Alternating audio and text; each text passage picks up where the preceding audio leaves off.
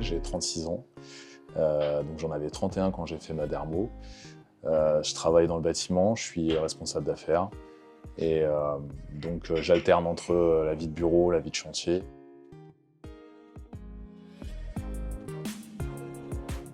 Alors c'était en 2020, je sortais du confinement, donc je pense que ça a permis de prendre le temps de réflexion. Je me suis beaucoup renseigné et effectivement en 2020 j'ai sauté le pas. Et donc maintenant on est en 2025, 5 ans après.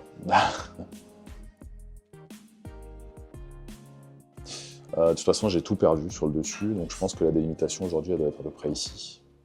Et sur le dessus j'avais absolument plus rien.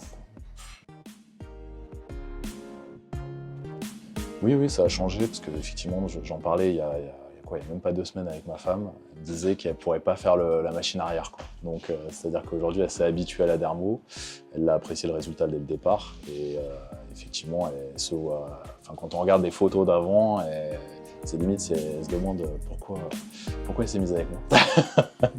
Donc déjà, au niveau esthétique, ça a fait une grosse différence. Et au niveau professionnel, en fait, j'ai souvent eu tendance à faire toujours plus vieux que mon âge. Et depuis la dermo, j'ai des jeunes qui arrivent au bureau comment dire, qui sont surpris quand je leur donne mon âge. Donc je fais quand même plus jeune maintenant et je pense que c'est grâce à la dermo.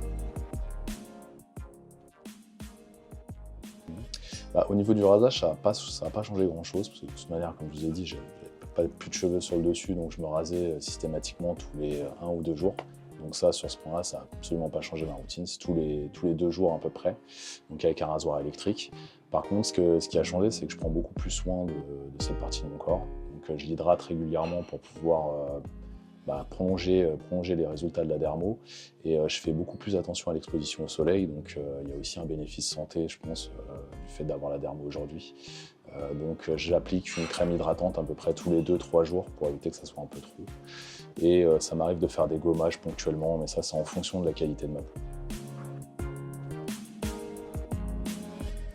J'en ai fait beaucoup. J'en ai fait beaucoup, mais uniquement pour la ligne frontale.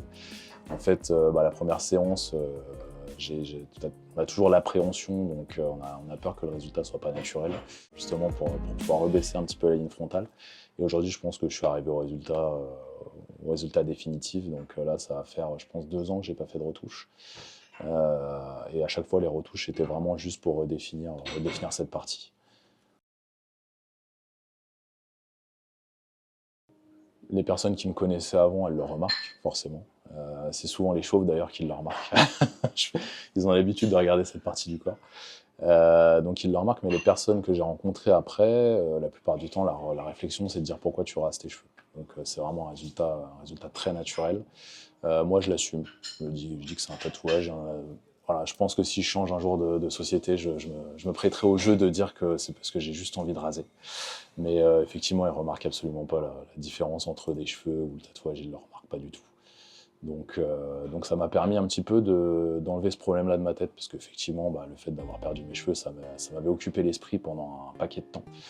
Et depuis la dermo, sincèrement, à part le raser tous les 2 jours et m'appliquer ma crème, j'ai absolument plus la sensation d'avoir la calvitie aujourd'hui.